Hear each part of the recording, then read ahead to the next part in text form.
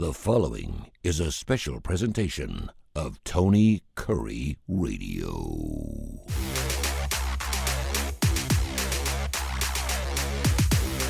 Welcome back to another K4Wins. Yeah, we are live, baby. I didn't see I was on stage, so we're good to go, man. We got all four of us ready to go, as we do every Tuesday and Friday, 10 o'clock Central Time. It is August 8th, and we're doing it live on our YouTube channel, of course, also 1029 The Game, and also, of course, the digital network of Coastal as well. Thanks, of course, to Angel and Pete and the entire crew for having us on twice a week here. We got Case Kiefer up in the upper left-hand corner there. He's the executive director, chief editor of the Las Vegas Sun. We have Kip Kiefer right below me. He's the executive director of the Birmingham Racecourse and Casino. And Kai Gregory, who's been doing this stuff, handicapping for nearly over 3 decades. I'm Tony Kurre, sports radio, rock and roll radio for 40 years. And we'd be remiss not to mention that it is a birthday of one Case Kiefer. Happy birthday, Case Kiefer. This morning. Thank you. A lot going on. You got yourself a new baby. How old's your kid now? Gonna be 4 months here in just a couple days. So 4 months, 2 days, yeah. And then you got a birthday. Well, happy birthday to you. So and grandson and his first son King next week will have his 5th birthday. So August is chock full here. Yeah, it's going to be great. Happy birthday to you, brother, and hopefully we'll have a fantastic show for you. We'll celebrate and hope you have a very special day planned with you and the entire family. Going to get a lot into it today. College football kicks off 2 weeks from tomorrow. We have about 3 or 4 different games, including a Big 12 twist in Dublin coming up here on the 23rd. And then, of course, so we've got a lot of NFL action to get into. You were just talking off air before we got on about the Raiders camp. Let's start right there because we got a guy whose nose is in that camp every single day. So it would be crazy not to find out the latest and greatest on those Las Vegas Raiders. Case, what's going on in practices? I know you mentioned it's pretty hot. This is a team that you cover as your beat writer every single year, but what's the Raiders looking like? Yeah, I think they look pretty good. I wouldn't say I'm fully eating my words. I was kind of critical of a lot of moves they made in the offseason. I still think some of them are weird with the overall direction of the franchise. I think they're years away from probably winning a Super Bowl or competing at that level. So I thought maybe they should have done more, forward thinking down the years thing. But, you hire Pete Carroll, who's going to be the oldest coach in NFL history. He's going to want to win right away. And I think he might be in a better position to do so than most people realize. At least like the betting market, I know their win total opened 6.5. It has taken some money. Now it's up to 7. I still think they probably go over that. I'm not by a whole lot. I have them at 8 and 9 right now, but we know why the NFL is so popular. These games come down to the very end. There's these crazy endings. I feel like they could be a couple bounces away from being 9 and 8 or even 10 and 7 and competing for a wild card spot. So I think it's going to be a kind of a bounce back year for the Raiders. They'll kind of get back on track. They didn't look great last night in their preseason opener. Ended up tying 23-23 with Seattle with Geno Smith and Pete Carroll going back there, but they haven't tackled really at all in practice. It hasn't been that physical. They're trying to keep everyone healthy, which is pretty funny because it's a 180 from last year when Antonio Pierce was the coach, and he said we're going to act like it's the 1990s again. We're going to clobber the hell out of each other, and then the entire team got hurt by about week 8, and they regretted that. So they're taking an entirely different tact this year, and I do think it showed that they were a little sloppy last night, especially while the starters were in. But I'd say if you asked me, I don't know if we talked about the Raiders at all in April or May, but I probably would have been pretty negative. And I've kind of flipped. I'm pretty positive. I think my bold prediction would be I don't even think they finish in last in the AFC West. I think on paper they're clearly better than the Chargers, especially now if you followed the news yesterday. Rashawn Slater, their all-world left tackle, went down a really bad injury. He's going to miss the whole year. Always scary to go against a Harbaugh team, but I don't really like what I've seen out of the Chargers this offseason. I think their defense has some big holes. So I think the Raiders get out of the AFC West basement.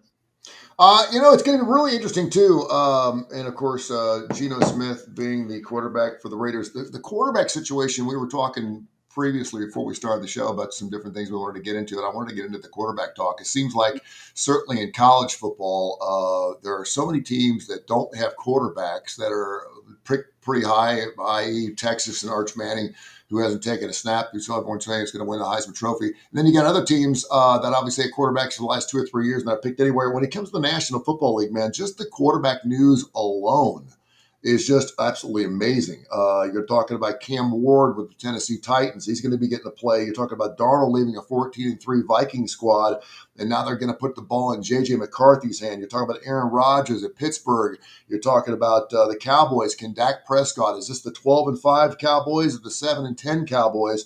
And then you're talking about Mahomes, Lamar, and of course Josh Allen, the three best quarterbacks, I think, arguably in the National Football League. Who's going to win the MVP, and who, of course, is going to be in the Super Bowl? And then my Cincinnati Bengals, who, by the way, the last two seasons have started 2-7.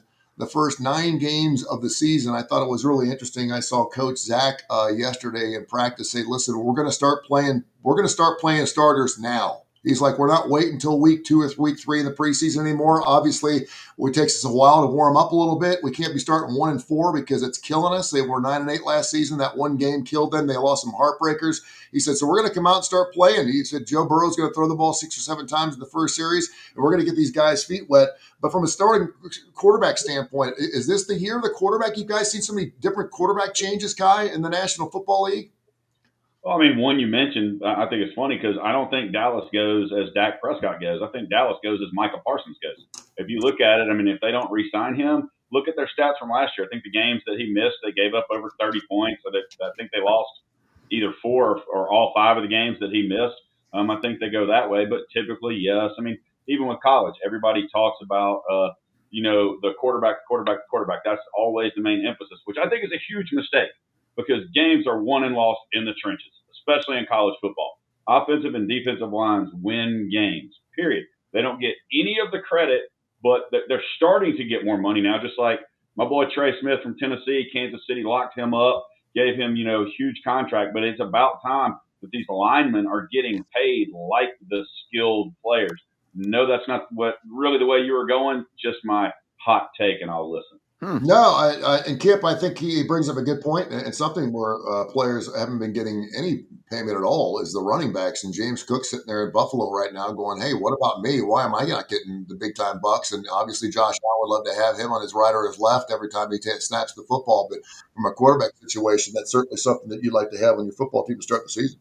And what a difference running back has gone from the most desirable position and all of the spotlight to now it's like, oh, we can just plug some people in there. But it's so integral in so many schemes to the passing game that I think you got to regard a running back as a tremendous weapon that can give you some options, and so that is kind of a surprising aspect. I think we've seen the beginning of the metamorphosis of offensive line, especially, and even defensive line. Let's just say guys up front, with the advent of the whole kind of blindside deal where all of a sudden the left tackle became one of the most highly prized guys on a football team and the most highly compensated. But it's taken a long time for the guards and centers to kind of get to that status, and I still don't think we've gotten there. Of course, a good edge rusher or big run stopper on defense. Kai just mentioned Micah Parsons. That those guys now, it's really interesting to watch this kind of paradigm shift of where the emphasis for teams, because it's pretty undeniable that the kind of guys I just described, I agree with Kai. You've got to have a great quarterback to run the show, but those supporting cast, you can look at Alabama the last couple of years. Everybody said that they're going to have such an awesome offensive line, and every year they underperform because they got into this kind of obsession with size over overall competence, and they were so slow-footed. The line last year that everybody was so high on for Alabama, well, they got everybody coming back. Yeah, they had everybody coming back from a line that gave up 52 sacks to a mobile quarterback the year before. Experience isn't necessarily the deal. You've got to put the right combination of guys in, and in the trenches is critical now. Patrick Mahomes won 14 games last year. 14 was a 14 running for his life. Yeah, running for his life. He was sacked 36 times last year, which is by far the most he's ever been sacked in a particular year. Yet he still won 14, 15 games. The amazing thing about Patrick Mahomes too is they won 12 of those games by one score. I know certainly case when you're talking about teams that look like they're going to blow teams out week in and week out just because of their quarterback play. But if you were on the other side, I don't know I forget what the spread was against KC. It had to be under 500. If you went against KC every week last week, you were a winner chicken dinner. They won a lot of games, but didn't cover hardly anything. And it's going to be interesting because you got Kelsey coming back. He looks a little slower. You got Andy Reid, obviously. He always looks slow.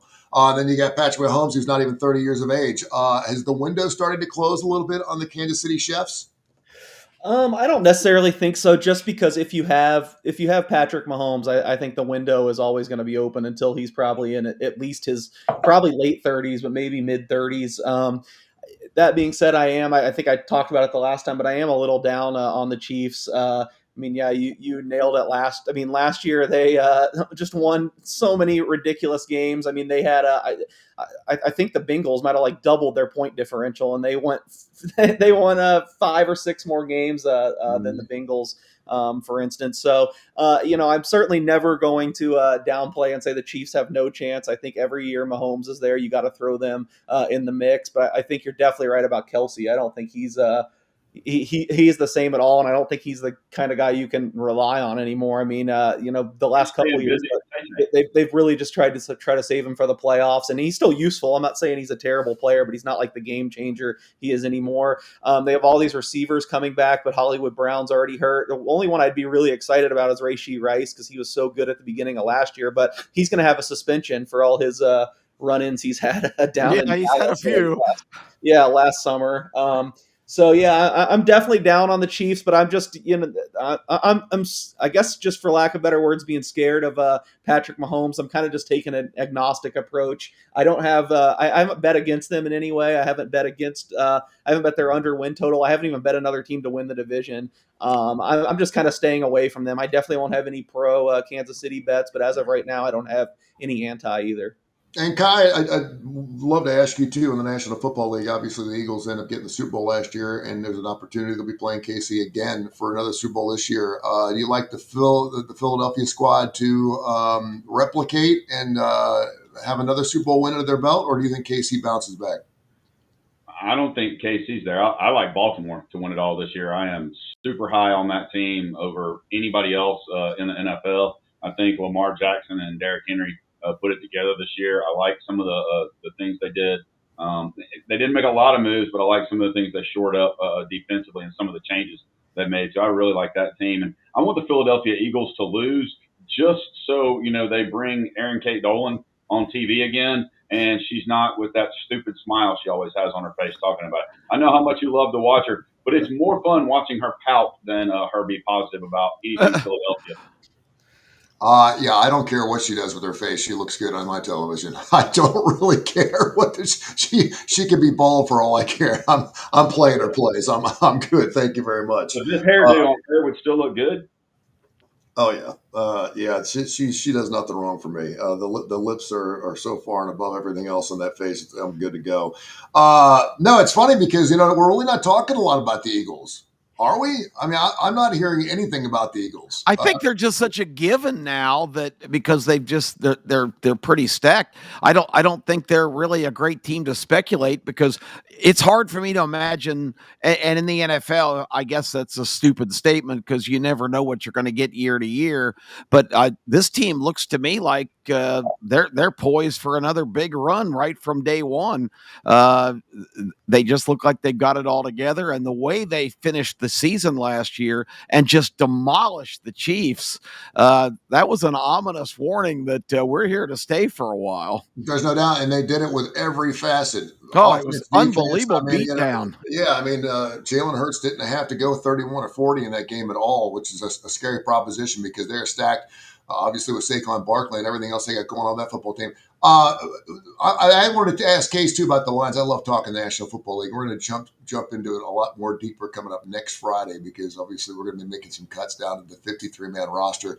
But and I mentioned this question earlier, and I'm seeing more and more. Some people are saying that the Lions window is closed, and I thought it just opened. And a lot of people are talking about this was just a flash in the pan.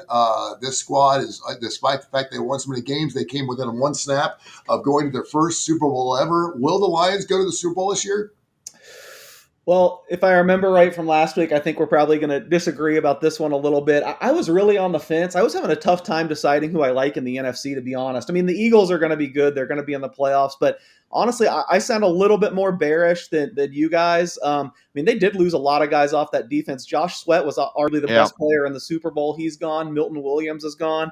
They even had some guys get hurt earlier in the playoff run. They're coming back, like N'Kobe Dean. I will say that they just traded for the Raiders' best cornerback, which I don't think the Raiders should be giving up their best cornerback because that's their weakest position. But the Raiders shipped Ja'Cory Bennett to them earlier this week. He a really good player, had a great start to last year before he got hurt. Was just a little too small. And Pete Carroll, like, you have to be a cookie cutter, exactly look like this to be able to play. So he was like playing on the third string at Raiders training camp, although he still looked like the best cornerback to me. You don't want to be trading with the Eagles either because they have the best personnel department. It seems like they always know who they're going for. So I'm not saying they're going to be bad or anything, but I do think that I think it's going to be tough to hit the highs of last year. That defense was so locked in by the end of the year. I think with about half of the defense turning over, some of the other guys hurt, I think you probably see a moderate step back there. And as good as Saquon Barkley was, obviously unbelievable offensive player of the year, that was like the first season in 3 or 4 years that he stayed healthy the whole time. With the miles they put on him, I think you got to expect him to miss a game or two. So I think they'll still be good, but I'm the Commanders and what Jaden Daniels did, I'm not even writing it in as a given that they win the division. I think Washington will be up there too, which all brings me to the long preamble saying it in the NFC. I think because of the Lions losing their coordinators and I don't know, people still being skeptical of Dan Campbell, I think we kind of lost sight of how dominant this team was last year. Oh, they were crazy I mean, good. they weren't just beating people. They weren't just 14-2. They were beating people by like 30 points, 3 touchdowns. They were just absolutely stomping people. And I do think Ben Johnson is a huge loss. I think the offense will take a little bit of step back. But you talk to Lions people and even look at the numbers. Like Aaron Glenn was nothing special as a defensive coordinator. They weren't very good on that side of the ball. And then by the end of the year in the playoffs, I think they had one starter from the beginning of the year. They had literally a historic injury hit last year going into the playoffs. When Aiden Hutchinson got hurt, he was the odds-on favorite to win Defensive Player of the Year, which really hurt me because I had him, I think, 18-1 or something. Now, in training camp, all the rave is that he looks like he's completely back and he looks incredible. That's still, it's hard for me to fully dive in because that injury was so bad, it was so terrible. Obviously, he got carted off and guys were crying. But if he's back even to a little bit of what he flashed at the beginning of last year, combined with the rest of this defense, just having guys back. I mean, they were signing cornerbacks off the street to start in that game against the Commanders. They literally were. Yeah, I've landed super high on the Lions, I think, since the last time we've talked. And I'm kind of alone on this. Their prices have really drifted up. Everything for me is always so price dependent. At Circa earlier this week, they got to 14-1 to win the Super Bowl and 7-1 to win the NFC. And I just I couldn't wait any longer. So I bought in on the Lions. I don't think I have anything on the win total. I bet a little bit on the division, but I did play Super Bowl and conference just because I thought that got way too high. I think for the season as a whole last year, they were the best team in the NFC, even though they got upset. And they're going to be returning to health this year. We'll see if the offense takes a step back, but I honestly think that the defense could be a little bit better. Kip, jump back into the quarterback play because there's so much good stuff out there. The Vikings preseason and ESPN's pulled their rankings. They think of Vikings number 6. And, of course, you're talking about J.J. McCarthy being your quarterback now. Did they make a mistake by getting rid of Darnold, who, of course, is 14-2? He's never been a flashy kind of guy. But, listen, they won 14 games under his tutelage last year. Justin Herbert, a lot of people say this is the best quarterback that's never really shown up yet. He's certainly been in the league only on for 5 years, but with the Chargers, then of course you got Bo Nix with the Broncos. Is this Matthew Stafford's last year with the Rams? We go on and on and on with the quarterback play. But we miss anything? And you've mentioned so many good ones, but I mean, I'm thinking about a couple guys who had exceptional years last year. I don't think C.J. Stroud gets enough attention. I think this guy in his his 3rd year coming up. Yeah. I think he could just really explode to the next level this year. And there's a lot of good pieces in that Texans setup. I think another guy that's underappreciated that really isn't the prototype quarterback, but he wins a lot of games with not a lot of talent around him. I think Kyler Murray is another guy that you got to talk about. There's so many quarterbacks in this league. It is kind of the league of the quarterback again. I'm high on Jordan Love in Green Bay. I didn't think he progressed as much as I thought he would last year, but I still think he's poised to really come into his own. I see every article about quarterbacks talks about Caleb Williams, and maybe he's a budding superstar, but I still. He's gonna. I'm not from Missouri, but he's gonna have to show me that he can do it on the NFL level. So there are so many good quarterback stories. You're absolutely right. It's fascinating coming into the year to see how all that's going to go, and I can't wait for him to kick it off. No, Brock Purdy is another one of those guys we haven't really mentioned. Yeah. I'm so glad you brought up. Yeah, here's a guy that just wins multiple games, double-digit games every single year. They traded 17 players, by the way, during this offseason. So the 49ers may look like a totally different football team, but they still got their quarterback play. They still got their running backs. So, guys, what Case, you might have more knowledge on this because you're out west, but the Matthew Stafford situation with the Rams, what are they going to do? His back is supposedly a lot more serious than they diagnosed initially. I think there was a positive update, though, if you can call it that, yesterday. I think Sean McVay said that he does expect him to practice next week. Okay.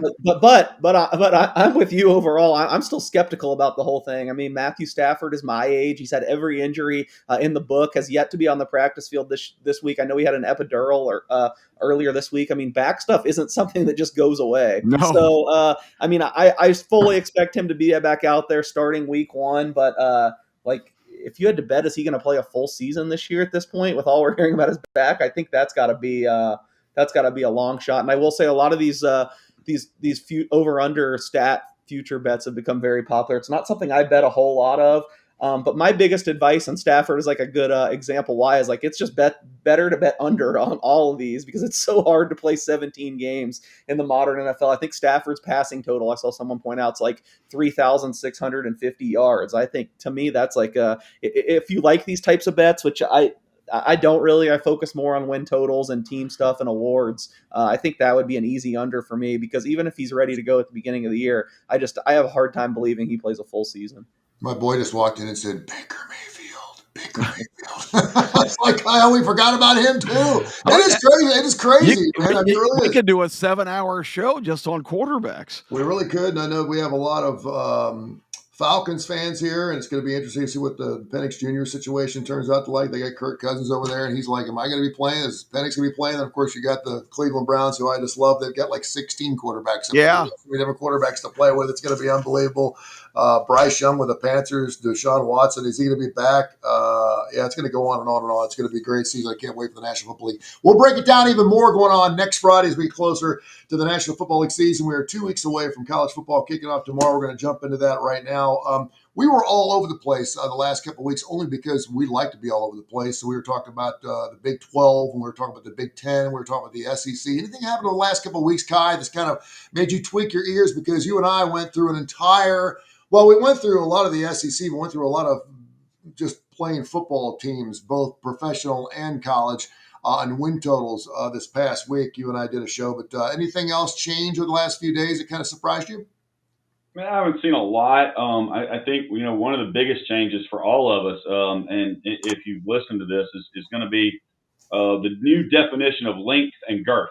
Yes, exactly. And how people are going to describe that in football moving forward. So, I digress. For me, it's seeing the beginning discussions of all these teams. And I will tell you that even as high as we talked about, you and I did Tuesday, Oklahoma, everything I've heard about Oklahoma this week has been even better. And it really worries me for the Oklahoma fans because they sound like Texas, and they're not Texas. I don't think Oklahoma is going to be in the playoffs, personally, and they're not Oklahoma of 10 years ago or what have you.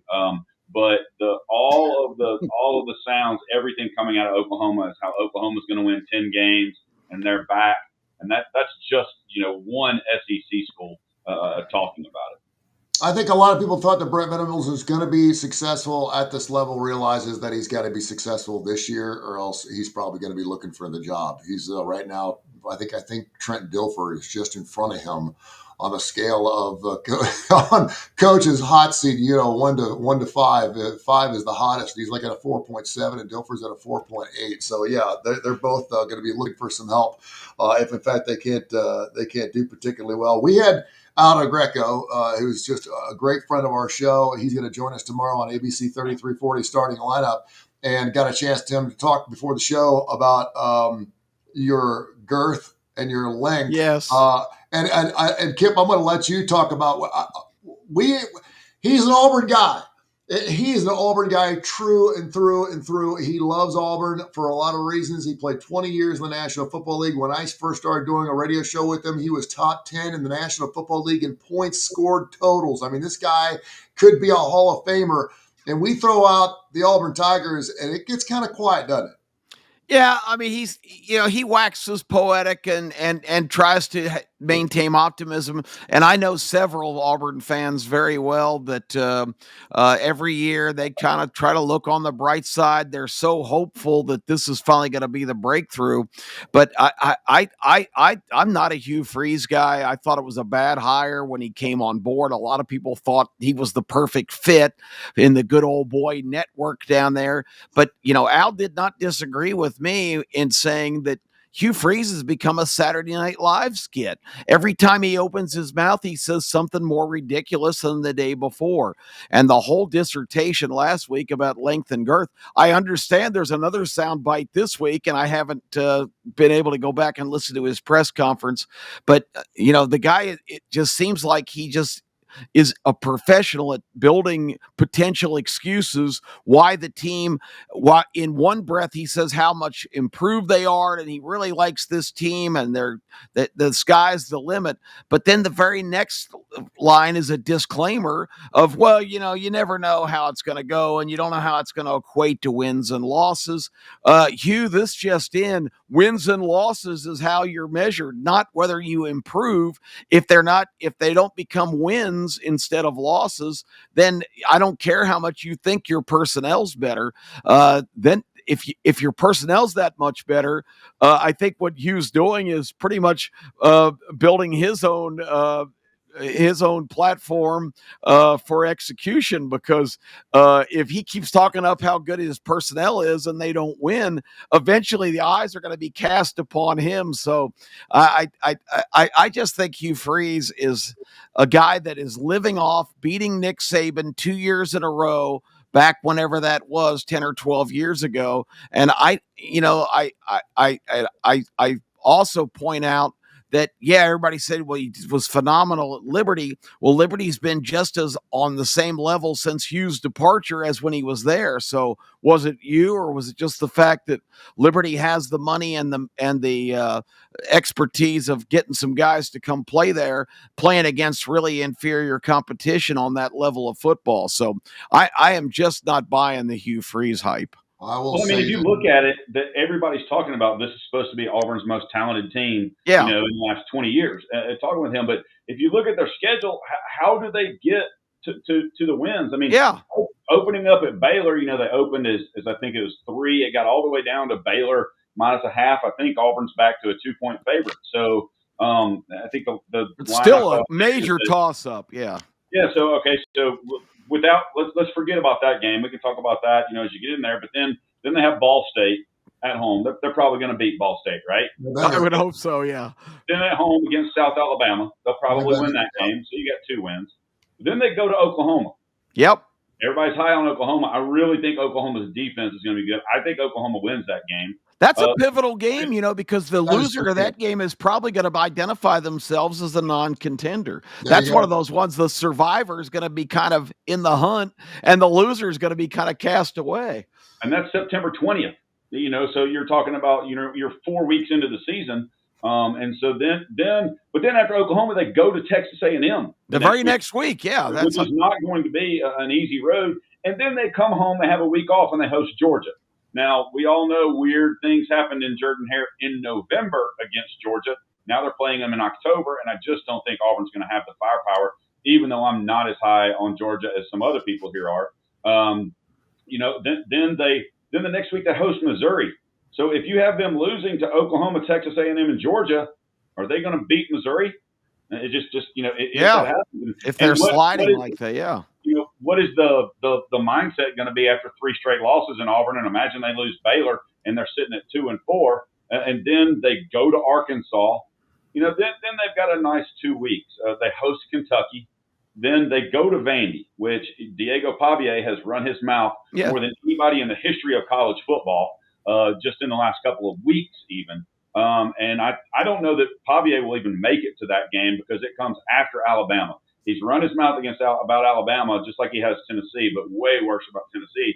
And if he gets through the Auburn game, he's going to get broken in half at Tennessee because, I love it. I love it. I love the – listen, he's a Vanderbilt kid. He's not playing at the next level. He doesn't give a shit. I mean, he's having a Mexico State kid. He's having a good time. He's got tape on his glasses. He doesn't give a squat. This is their only opportunity to gloat, and so he's going to gloat all he wants. So have at it. And you have to say he owns Auburn. He's beaten them twice at Jordan-Hare back-to-back years. The one thing though, we should step back a little bit though. We did this exactly with the Auburn Tigers last year, and some of us had them going maybe 5-0. There's a possibility that Auburn could be 5-0 going into week 6. 5 straight home games. 5 straight home games. It's set up beautifully for that squad. They had Thorne coming in. He had some reps behind him. Everyone thought, okay, this is the Auburn Tigers. This is supposed to be the best Auburn Tigers in 20 years. You have your first 5 games at home. You don't have same hype.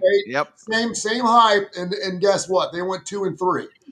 So I do think I totally agree with you, Kip. I think that Oklahoma game is going to be huge, but I think it's all in Arnold's hands. We're going to find out this Arnold kid's for real. He's supposed to be a fantastic quarterback. If Hugh Freeze can mentor him to the standpoint, and certainly Hugh Freeze has been pretty good around his quarterbacks, not only at Liberty, but also certainly at Ole Miss back in his day. If he can do some special things with Arnold, like to stay healthy, I think everything's going to go the way Arnold's going to go. And I hate that for the Auburn Tigers because, again, you're one rolled up heel from having another lousy football season for the Auburn Tigers. I just wonder, and I've talked to several people down there that got a lot of money. All they're saying down there is all we needed was another $10 million to get Lane Kiffin. Wow. It's all they needed was another $10 million to get Lane Kiffin. And listen, right now that's looking like a pretty good hire at Ole Miss. So we'll see what happens. Case, what is your research? I know you're more of an analytical guy. What do you think about Auburn?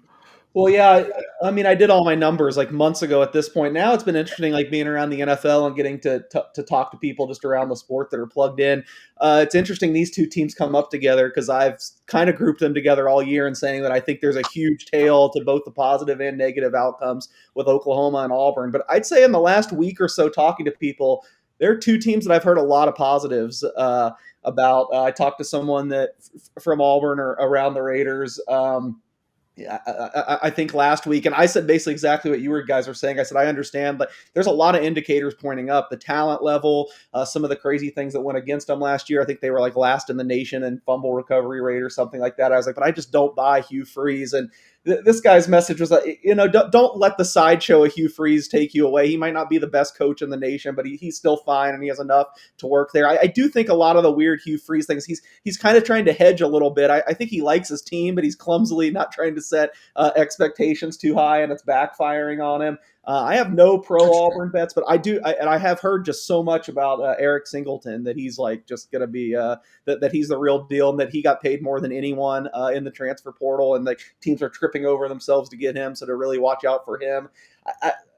Kai just alerted me. That Baylor game, when that got, I think one place here got all the way to Baylor 3, and months ago I said to bet Baylor +3, and then when it got to Baylor -3, I thought that was ridiculous. Just talent wise, I wanted to bet Auburn +3. Clearly, I missed that. Now it is back to 2.5.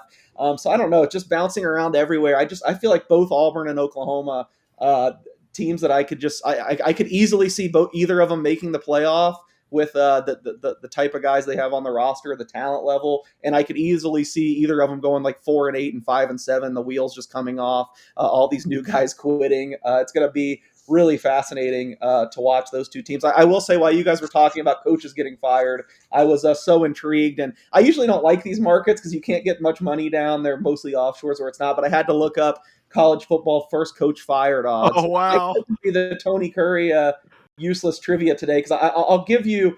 I'll give $100 free roll to anyone that can name the favorite in this market. This is only power conference schools. I'm going to tell you Brent Venables is the second choice, 6-1 to be the first coach fired in the Power 4 conferences. Sam Pittman is the third choice at 7-1. Hugh Freeze is the fifth choice at 8-1. The number one choice is not in the SEC, and I don't even know why I'm giving you $100 free roll. There's no way any of you guys are getting this, but anyone have a guess who's the Wow, that's conference coach first to be fired? So obviously it's not Mike Norvell because I would think his seat's pretty hot. Norvell 15-1, so he's okay. You're not even close. So I can't imagine who it might be. I'll get Luke Fickell. No, he's on there too, but he's a little bit further down. I'm done guessing. It is Arizona's Brent Brennan at 4-1. Oh gosh, and he's only his second year. Yeah, it'd be kind of a quick. I don't know what's going on at Arizona. Where did he come from to start with? I don't even know his background. San Jose State, where they have no resources, like the worst program in the Mountain West, and they were competitive. Yeah. So I don't know. That seems like a quick. That seems like it would be a quick cut to me. But he is the favorite in this market. That's pretty funny. We've seen several articles come out of the last few days just about some of the great storylines in college football. And again, every single year, it seems like it's a new year, and it's always going to be the most exciting college football year we've ever seen. And that's what I love about it. Well, we're talking about the Arch Manning situation, Georgia, Alabama falling off. Big Ten's won the last 2 national titles. Bill Belichick, is that a joke? No one can tell whether they're going to win 3 games or whether they're going to 10 games. It kind of feels like a little Deion Sanders kind of things to me. It kind of feels like with Bill Belichick there in North Carolina, is he going to come in, just switch the light on? Next thing you know, they're going to be winning some football games because he's won 6 Super Bowls. Clemson, are they doing it the right way without going to the transfer portal? Who are going to be the CFP Cinderellas this year? Is it going to be Tulane? Is Indiana going to be back? SMU, are they going to be there?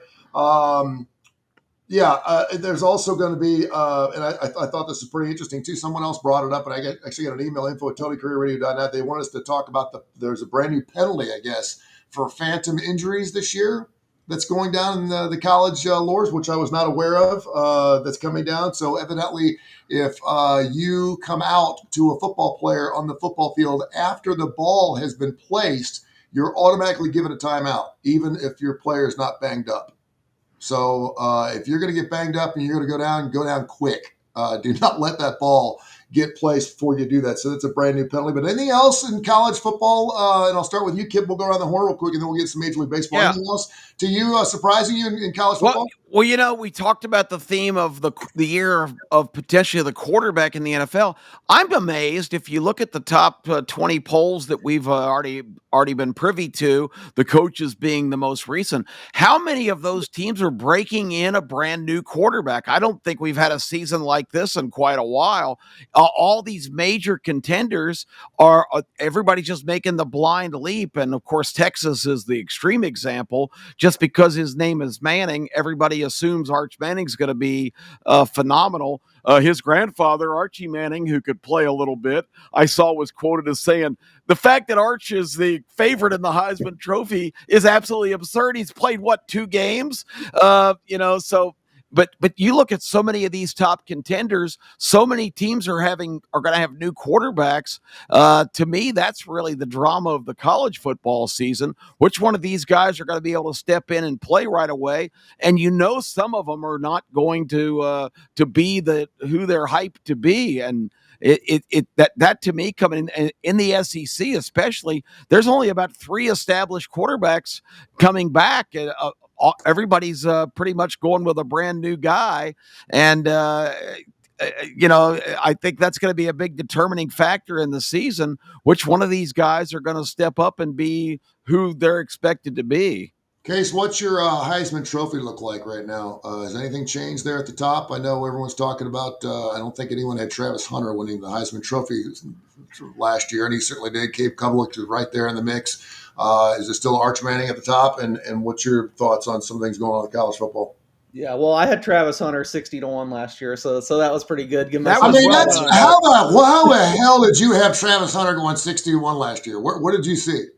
Well, I actually was anti him. Probably, if you would have asked me at this time last year, maybe you could dig up and I'd say, "Oh, it's all hype. It's ridiculous." Then I think it was the first game against North Dakota State, and he just looked unbelievable on both sides of the ball. And I think Colorado even barely pulled out that game. But I They was like, did. man, they looked so much better than they did the year before. I was like, I actually think this team's going to be good. I started shopping around, and it was as simple as that. Some of the like market making books, I think he was already at like 20 or 25 to 1. Which are taking probably bigger bets and probably have more informed actions. Then when I saw a stale 60 to 1, I was like, okay, I'm just going to take this, and ultimately glad I did, because I was Nice. he ended up barely beating Ashton Genty, though, who I had nothing on, so that could have No. gone either way. Yeah, I haven't looked at the Heisman super closely this year, just because like this week. Just because I've made quite a few bets, and I'm not really looking to add at this moment. I know I talked about last week that Ty Simpson took a ton of action. I know that's still true. He went from like 66 to like 15 to 1 some places. I guess if I had to guess where it's moved this week, I don't think there's anything to it. I do kind of believe LSU's account, but I'm sure you heard the rumors that Nussmeier supposedly got hurt in practice, and there were some hours there where they were saying it's a serious knee injury. He's done. We saw Clemson steam all the way to a 4.5-point favorite in week 1. And I'm guessing he probably raised in the Heisman with 2, which is not something I really like to see, because I think Nussmeier is the lowest odds guy I bet. I think I bet him like 12 to 1 or something when it opened. He's the quarterback I'm most confident in if he's healthy. I will say there's been some rumblings that LSU's offensive line isn't looking that good, and maybe that's part of the reason he got hurt. Some overzealous defensive line pounded into his knee. So a little bit worried about that. But yeah, Nussmeier is the lowest odds guy I bet to win the Heisman. It's a little weird too. To add, Kip made a good point. I definitely agree. It's a lot of unproven commodities at quarterback, a lot of new guys. I also think it's strange to me, whereas in the Heisman, I typically in college football now, I want a guy that can do both, that's going to run and get a bunch of yards with his legs and throw.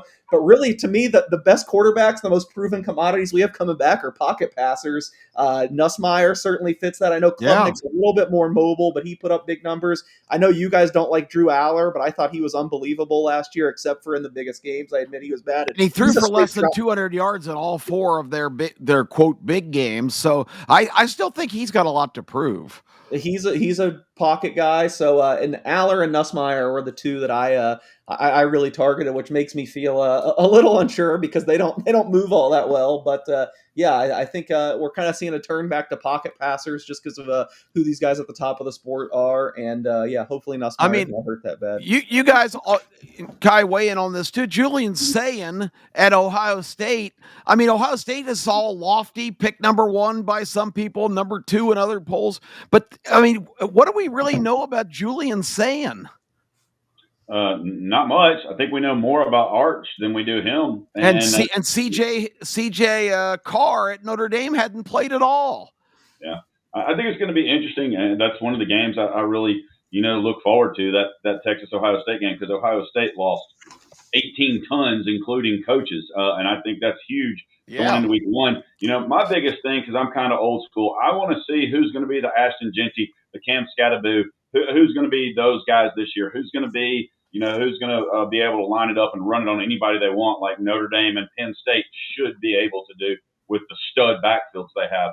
That's what I want to see, but I'm looking forward to. I'm looking forward to seeing Tennessee's running back core, because I really think Bishop has gotten a lot bigger and has a good chance to do some damage at Tennessee, and he's going to have to, especially if the quarterback race is as tight there as I think. And right now, I think if they had to name a starter today, it'd be Merklinger at Tennessee. It would not be Aguilar. That would be surprising. Yeah. Only because we have not had a 1 versus 2 during a regular season in 19 years. I did want to get into the Texas-Ohio State game. I'm afraid, Case, you can certainly just give us the numbers. I'm afraid this could be one of those games where both teams are going to try to feel each other out. We know Texas got a great offense. We know Ohio State just won a national title, and obviously they've got a lot coming back as well. But it feels like this is going to be, and again, with their quarterback play, who knows? It feels like it's going to be kind of sloppy first half. This is not going to be 2 great teams in the middle of the season that are just humming along, going up and down the field and just beating the hell out of each other. I have a feeling it's going to be a little ugly early. What are your thoughts?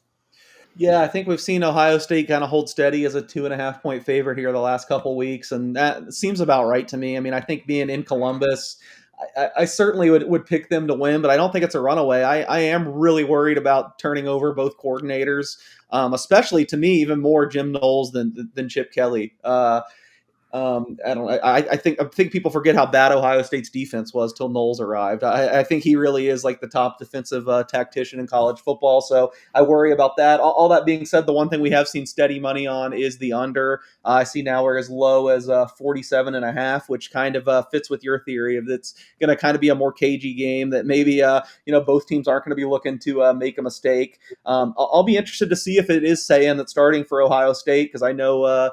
Ryan Day came out yesterday and said that the competition's coming absolutely down to the wire. I forget the other kid's name, but whatever 5-star freshman they had. And then I know there was some debate of is he being truthful or is this or is this real? And there's still a sense saying we'll get it, but supposedly the other kid's a lot better dual threat, can get out of the pocket a little bit more, to go back to what I was talking about before. So I think Texas, we kind of know more who's going to be out there.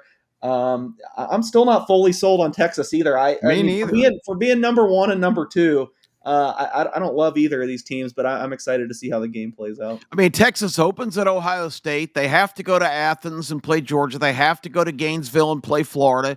And they've got the huge rivalry games with Oklahoma and Texas A&M. I can easily see Texas losing 3 games this year. Yeah, Lincoln Conholz is the other quarterback that everyone keeps talking about, that no one's talking about. And I got friends and family go to Ohio State. I got a brother of mine that works up there at the university. They're just using Conholz right now just as a toy. It's saying it's job to win or lose. And they're just throwing that name out there to make him think that he's actually got a shot. He doesn't. And that's going to keep saying. But Saying needs to keep his mouth shut, too. He's a talker, too. So he's getting after it. I would agree with you on the surface, but I will say I heard the 2 college football reporters I respect the most in the sport said, this is real. It could not be saying. Wow. So, we'll see. They've lost both running backs, too. I don't know who's going to run the ball for them this year. I'm sure they've got some 5-star, guys, but I want to see these teams. All this preseason guessing it amuses me, because a lot of people like me at this point, because I haven't seen the teams. This is all just speculation.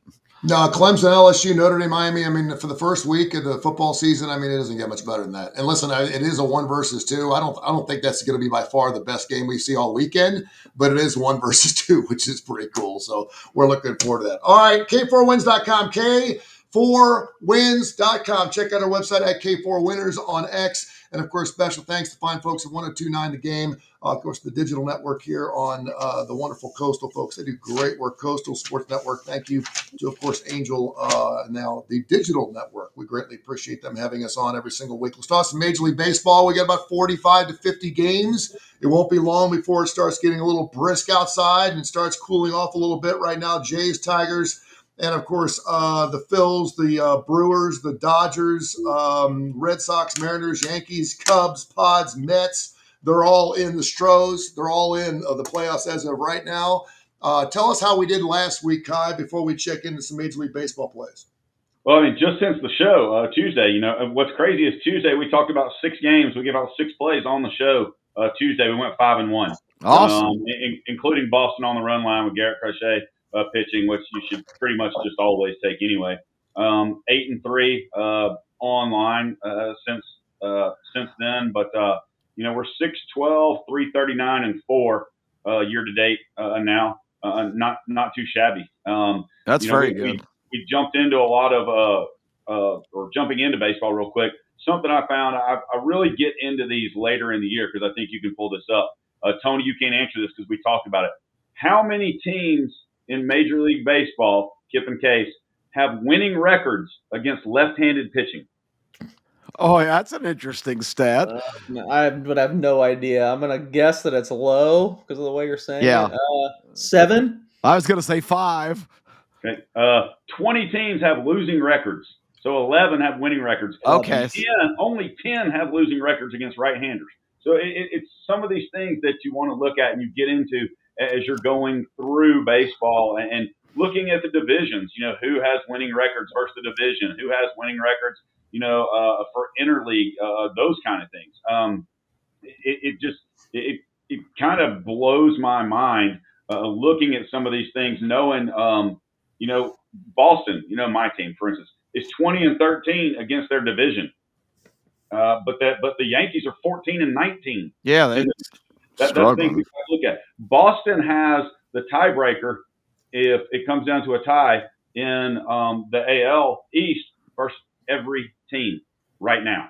I mean, that's just right now. So if anybody would have said that, there is no way anybody would have believed that. I think I had a thing that I think it was June 6th that Boston was 30-35, and they were like 10 games out, and now they're I can't remember their record, but out.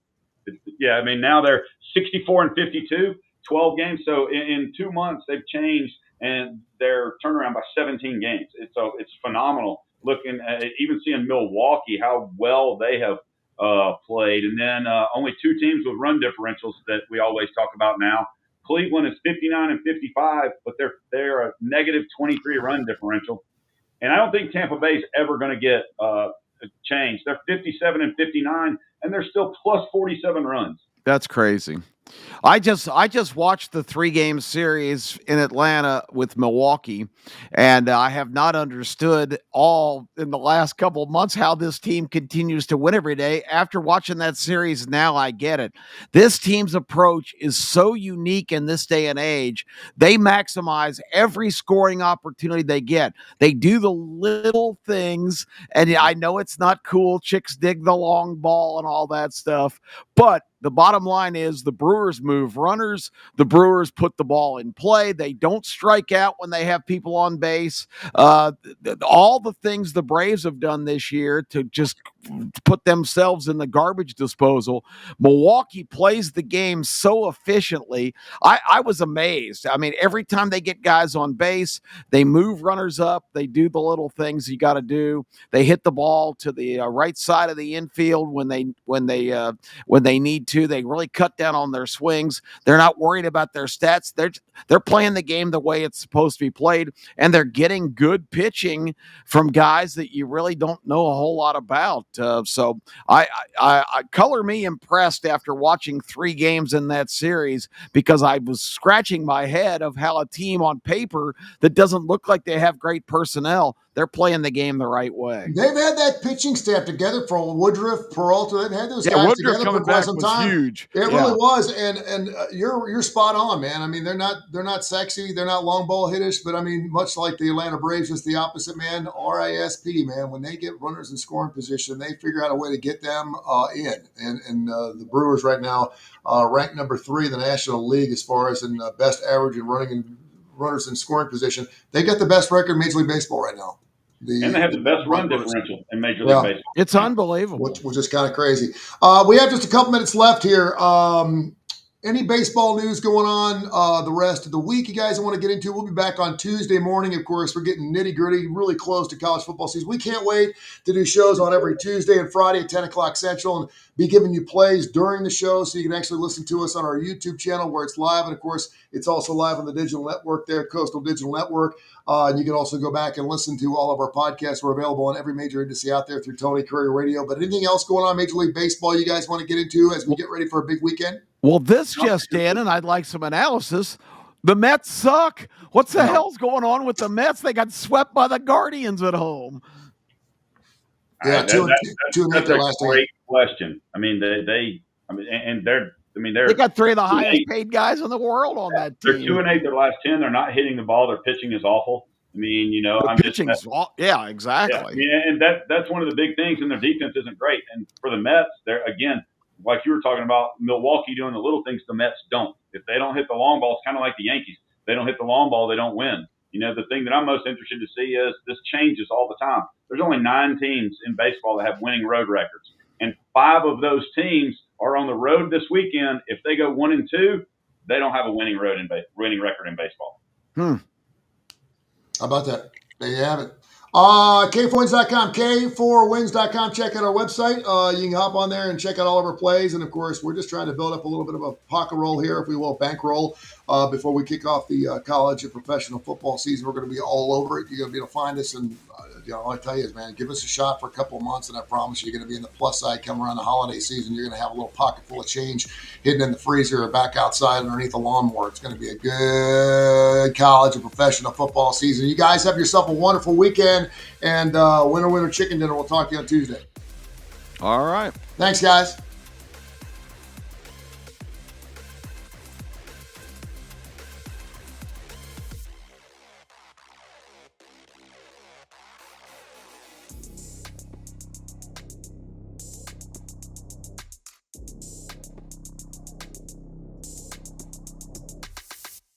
This has been a special presentation of Tony Kurre Radio.